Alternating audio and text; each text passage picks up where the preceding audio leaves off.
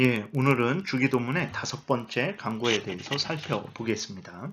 문답을 하겠습니다. 제105문 주기도문의 5번째 강구는 무엇입니까? 답. 5번째 강구는 우리가 우리에게 죄 지은 자를 사하여 준 것 같이 우리의 죄를 사하여 주시옵고입니다. 이는 그리스도로 인하여 하나님이 은혜를 베푸사 우리의 모든 죄를 용서해 달라는 기도입니다. 우리가 하나님의 은혜로 다른 사람의 죄를 진심으로 용서할 수 있었기 때문에 더욱 담대하게 강구하는 것입니다.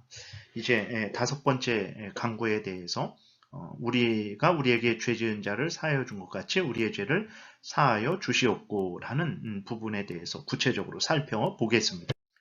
첫 번째로 우리가 분명하게 정의해야 된 것은 바로 죄가 무엇인지에 대한 것입니다. 소율이 문답 14문에 보게 되면 죄를 이렇게 정의하고 있어요. 죄는 하나님의 법을 순종함에 부족한 것과 어기는 것입니다. 즉 하나님의 법을 어기는 것도 죄고 하나님의 법을 지키긴 지켰어요. 근데 부족하게 지킨 것도 죄입니다. 예를 들어서 이웃을 사랑했어요. 근데 이웃을 사랑하되 나의 몸과 같이 사랑하지 않았다면 그게 죄입니다. 하나님을 사랑했어요. 하나님을 사랑하되 마음과 뜻과 정성과 목숨과 힘을 다하지 않았다면 그것도 죄인 거예요. 내가 사람을 칼로 살인하지 않았어요. 그러나 내가 그 사람의 생명이 보호받고 그 사람의 권리와 인격과 모든 안전이 보호를 받도록 내가 적극적으로 그를 돕지 않았다면 나는 그 6계명 살인하지 말라라는 그 계명을 온전히 지키지 못한 거예요. 그래서 나는 죄를 진 자가 된다라는 것을 우리가 기억해야 됩니다. 많은 그리스도인들이 죄는 내가 죄라고 느끼니까 다른 사람들이 죄라고 말하니까 죄가 되는 줄 알아요. 반대로 내가 죄라고 느끼지 않으니까 다른 사람들이 죄라고 말하지 않으니까 죄가 아니게 된다라고 생각하는 경우가 있습니다. 아닙니다. 죄는 사람들이 느끼건 느끼지 않건 죄다 말하건 말하지 않건 그것에 의해서 정의되는 것이 아니고 하나님의 법을 기준으로 해서 정의된다라는 것을 분명히 마음에 새겨야 됩니다. 하나님의 법을 어긴 것도 죄고 하나님의 법을 지켰지만 하나님이 요구하시는 만큼 온전히 완전히 지키지 않은 것도 죄다라는 것을 우리가 분명히 기억을 해야 되는 것입니다. 그리고 모든 죄는 저주와 죽음을 선고받게 된다는 것을 기억하시기 바랍니다. 아무리 작은 죄일지라도 하나님의 법을 어긴 것입니다. 하나님을 대적한 거예요. 그렇기 때문에 하나님의 진노가 일어나게 되죠. 그리고 하나님의 형벌을 저주와 죽음을 선고받게 되는 것입니다. 그래서 아무리 작은 죄일지라도 그 모든 죄는 저주와 죽음을 선고받게 되는 거예요. 물론 죄의 차이는 있죠. 더 어떤 많은 사람들에게 더 많은 피해를 주는 죄가 있고 아니면 자기 자신에게만 피해를 주는 죄도 있죠. 그럼에도 불구하고 모든 죄는 하나님을 거역한 것이고 그렇기 때문에 하나님으로부터 저주와 죽음을 선고받게 된다는 것은 늘 우리가 잊지 말아야 되는 것입니다. 그래서 요한일서 3장 4절에서도 죄가 뭐냐라고 했을 때 죄는 불법이다. 하나님의 법을 어긴 것이다. 이렇게 정의하고 있는 거예요. 죄를 짓는 자마다 불법을 행하나니 죄는 불법이라 이렇게 말씀하고 있는 것입니다. 다음에 왜 우리의 죄라고 말하고 있습니까? 하나님의 자녀된 성도들일지라도 현세를 사는 동안에는 죄를 짓기 때문에 그런 거예요. 그래서 구원파 같은 경우가 아주 이 부분에 대해서 큰 잘못을 저지르고 있습니다. 구원파 같은 경우는 구원받은 이후로 짓는 죄는 죄가 아니다라고 이렇게 말을 해요. 그래서 그들은 회개하지 않습니다. 그러니까 왜 그러냐면 구원받기 전에 죄와 구원받은 이후에 죄를 다르게 보는 거예요.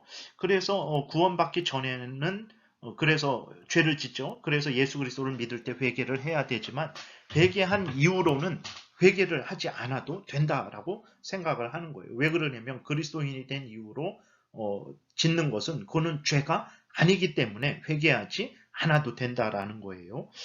구원파가 하도 이러한 비난을 받으니까 자기들은 그렇지 않다. 회개는 예수 믿을 때는 처음 그때 하는 것을 회개라고 말하고 예수 믿은 이후로는 자백이라는 말을 한다라고 이렇게 핑계를 대죠. 그러나 전혀 그들의 중심 교리는 변하지 않았습니다.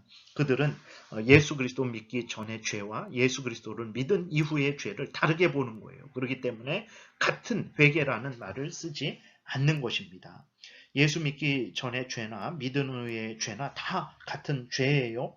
하나님의 법을 어긴 것이고 하나님을 대적한 것이고 하나님의 진노를 일으키는 것이고 영원한 지옥 형벌받아 마땅한 죄입니다. 그래서 믿을 때만 회개하는 것이 아닙니다. 물론 그때 그 회개는 이제 자기가 처음으로 하는 거죠. 예수 그리스도를 구주로 믿고 이제 이전에 죄를 짓던 데서 돌이켜서 하나님을 향하고 하나님께로 돌아와서 하나님의 말씀을 따라 살아가는 그 일을 처음 하는 거죠. 그 회개를 처음 하는 거예요. 그런 차원에서는 처음 단회적인 회개지만 그러나 계속해서 말씀드렸듯이 예수 그리스도를 믿은 이후에 그리스도인들이 짓는 죄도 당연히 똑같은 죄입니다. 그래서 믿을 때만 회개해서는 안 되고 믿은 이후 항상 죄를 회개해야 하는 것입니다. 오히려 믿은 이후로는 더 회개라는 말을 사용해야 되는 거죠. 왜 그렇습니까? 하나님의 은혜를 받았고 하나님의 진리를 알면서도 범죄한 것이기 때문에 죄를 진 것이기 때문에 더 회개라는 말을 사용하고 더 진심으로 회개를 해야 되는 것입니다. 그럼에도 불구하고 구원파는 믿을 때만 회개라는 말을 쓰고 믿은 이후로는 자백이라는 말을 쓰는데 그 자체가 믿기 전의 죄와 믿은 이후의 죄를 다르게 보기 때문에 믿기 전에는 죄를 회개해야 된다라는 말을 사용하는 것이고 믿은 이후에는 자백이라는 말을 사용하는 것입니다. 그래서 그 말을 다르게 사용하는 그 자체가 그들이 지금 믿기 전의 죄와 믿은 이후의 죄를 다르게 보고 있다는 것을 증거하는 것입니다. 그들은 오늘 그 화면에 나와 있는 요한일서 1장 9절의 말씀, 만일 우리가 우리 죄를 자백하면 이 말씀을 근거로 해서 자백이라는 말을 쓴다고 하는데 아닙니다. 그건 말장난하는 거예요. 그 9절에 쓰여진 자백이라는 말은 회개라는 말하고 동일한 것입니다. 다른 곳에서는 또 회개라는 말로 사용되는 거예요. 그래서 구원파가 하는 말장난에 속지 마십시오. 그들은 믿은 이후의 죄와 믿기 전의 죄를 다르게 보고 있는 거예요. 그래서 회개하지 않아도 된다라는, 그래서 심지어 그들은 뭐라고 말하냐면 회개하는 사람들은 구원받지 못한 사람들이다. 마귀의 자녀들이다. 라고 이렇게까지 주장을 하고 있습니다. 그래서 절대로 예수 믿은 이후로는 회개하지 않아도 되는가? 그것은 죄가 아닌가? 아닙니다. 죄입니다. 똑같은 하나님의 진노를 일으키는 죄고 하나님의 그 저주와 형벌을 받아 마땅한 죄인 거예요. 그렇기 때문에 믿은 이후로도 우리들은 계속해서 하나님 앞에 범죄한 사실에 대해서 고백하고 용서를 비는 회개를 해야 된다는 것을 여러분들이 아주 마음에 명심하시기 바랍니다.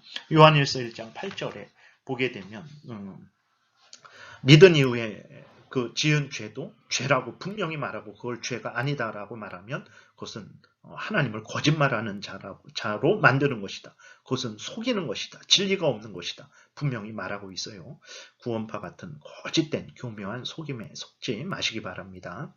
요한일서 1장 8절부터 만일 우리가 죄가 없다고 말하면 스스로 속이고 또 진리가 우리 속에 있지 아니할 것이요 만일 우리가 우리 죄를 자백하면 그는 미쁘시고 의로우사 우리 죄를 사하시며 우리를 모든 불의에서 깨끗하게 하실 것이요 만일 우리가 범죄하지 아니하였다 하면 하나님을 거짓말하는 이로 만드는 것이니 또한 그의 말씀이 우리 속에 있지 아니하니라.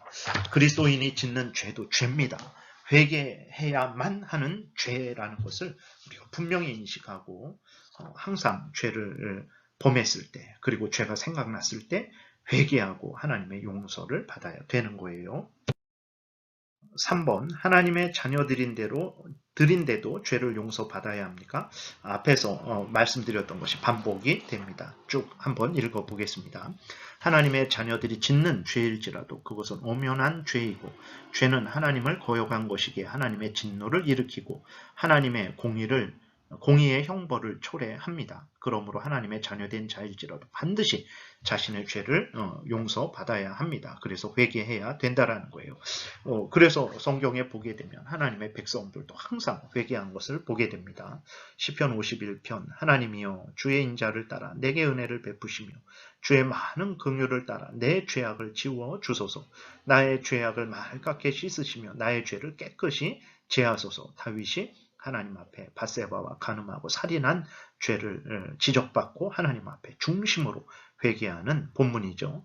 사무엘사 12장 다윗이 나단에게 이르되 내가 여호와께 죄를 범하였노라 하매 나단이 다윗에게 말하되 여호와께서 당신의 죄를 사하셨나니 당신이 죽지 아니하려니와 이 일로 말미암아 여호와의 원수가 크게 비방할 거리를 얻게 하였으니 당신이 낳은 아이가 반드시 죽으리이다. 이렇게 기록이 되어 있어요. 그러니까 같은 의미입니다. 사무엘하 12장은 이제 나단 선지자가 다윗에게 그 밧세바와 간음하고 살인한 죄에 대해서 지적하는 것이고 시편 51편은 그 죄를 지적받고 하나님 앞에 다윗이 중심으로 회개하는 그 시편이 바로 51편입니다.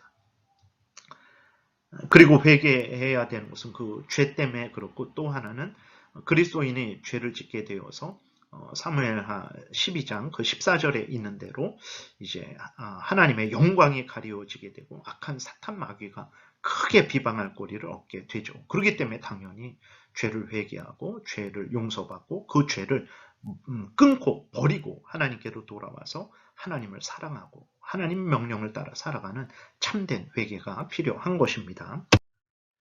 4번 우리가 우리에게 죄 지은 자를 사하여 준 것 같이 우리의 죄를 사하여 주옵시고 라는 말씀은 우리가 다른 사람의 죄를 사해 주어야만 하나님도 우리의 죄를 사해 주신다라는 의미입니까? 이 부분을 우리가 많이 오해를 하는 경우가 있습니다. 이 부분은 절대로 조건으로 이해해서는 안 되는 거예요. 그래서 이 부분을 조건적으로 해석하지 마시기 바랍니다. 인간의 행위 때문에 죄가 용서되는 것이 아닙니다. 그 어떤 인간도 죄를 용서받을 만한 조건을 채울 수가 없는 거예요. 죄는 오직 예수 그리스도가 우리 대신 십자가에서 죽으신 대속의 공로에 의해서만 용서되는 것입니다. 그러면 우리가 우리에게 죄 지은 자를 사하여 준 것 같이 우리의 죄를 사하여 주옵소서라는 의미는 무슨 의미인가? 가로 1번 우리가 하나님의 명령을 준행함으로 하나님의 자녀임을 증거했습니다. 라는 거죠. 그러니까 하나님이 그 이웃의 죄를 용서하라고 하셨잖아요. 그러니까 그 명령을 따라서 우리가 이웃의 죄를 용서한 거예요. 하나님, 우리는 하나님의 명령을 따르는 하나님의 사람입니다. 그러니 우리의 죄를 용서해 주세요. 그러니까 조건이 아니라 내가 이만큼 했으니까 하나님도 이만큼 해주세요. 이게 아니라 우리는 하나님의 자녀입니다. 하나님의 명령을 따르는 하나님의 자녀들입니다. 그러니 하나님의 자녀인 우리들의 죄를 용서해 주십시오라고 하나님께 기도하는 의미지 내가 다른 사람의 죄를 용서했으니까 하나님도 저의 죄를 용서해 줘야 됩니다. 이러한 조건이 아니라는 것을 아주 명심해야 됩니다. 그 다음에 두 번째는 우리가 그리스도인으로서 이웃에 대해 선을 행해야 함을 하나님께서 알려주시는 거예요. 그 다음에 세 번째, 인간도 죄를 용서하는데 하나님께서는 우리를 더욱 용서하실 것이라는 사실을 우리에게 확인시켜 주는 것입니다. 그렇죠. 사람들도 자기에게 죄 지은 자를 용서해 주잖아요. 이 부족한 인간들도 아직 부패된 죄로 오염되고 부패되고 이기적인 인간들도 이웃을 용서해 준단 말이에요. 그런데 그러면 살아계신 하나님은 얼마나 더 우리를 자녀된 우리들을 사랑하시고 우리들의 죄를 용서해 주시겠습니까?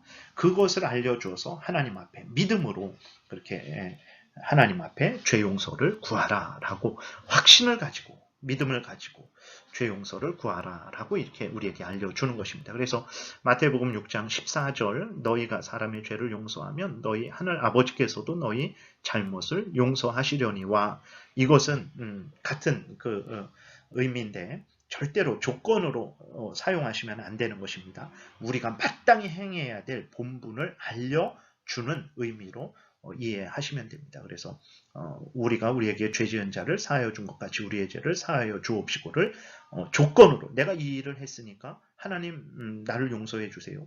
이 일을 안 했으면 그럼 하나님이 용서해 주시지 않으실까요? 그런 의미가 아닙니다. 그래서 괄호 1, 2, 3번을 잘 여러분들이 또 그렇게 해석하셔서 하나님이 우리의 죄를 예수 그리스도 안에서 용서해 주신다라는 것을 굳게 믿고 믿음으로 회개하고 죄를 미워하고 버리고 살아계신 하나님께로 돌아와서 하나님을 사랑하고 하나님의 명령을 따르는 참된 회개를 하는 여러분들 되시기를 바랍니다. 기도드리겠습니다. 살아계신 하나님 아버지, 오늘도 은혜를 내려주셔서 감사합니다. 그리스도인 된 우리들임에도 불구하고 여전히 하나님을 거역하고 하나님을 대적하는 그러한 죄를 짓는 것을 보게 됩니다. 하나님 아버지, 이 죄가, 우리들이 짓는 죄가 여전히 하나님의 진노를 일으키는 죄요, 하나님을 대적하는 죄요, 하나님의 영광을 가리는 죄요, 이웃을 해하는 죄요, 하나님의 그 형벌을 받아 마땅한 죄라는 것을 인식하게 도우시고 반드시 죄를 마음에 품고 적당히 넘어가지 말고 아무리 작은 죄일지라도 하나님 앞에 다 고백하고 용서를 빌고 그 죄를 미워하고 버리고 하나님을 더 사랑하고 하나님의 명령을 따라 준행하는 참된 회개의 삶을 살아가는 우리들 되도록 은혜 내려 주옵소서. 감사드리고 예수 그리스도의 이름으로 기도드렸습니다. 아멘.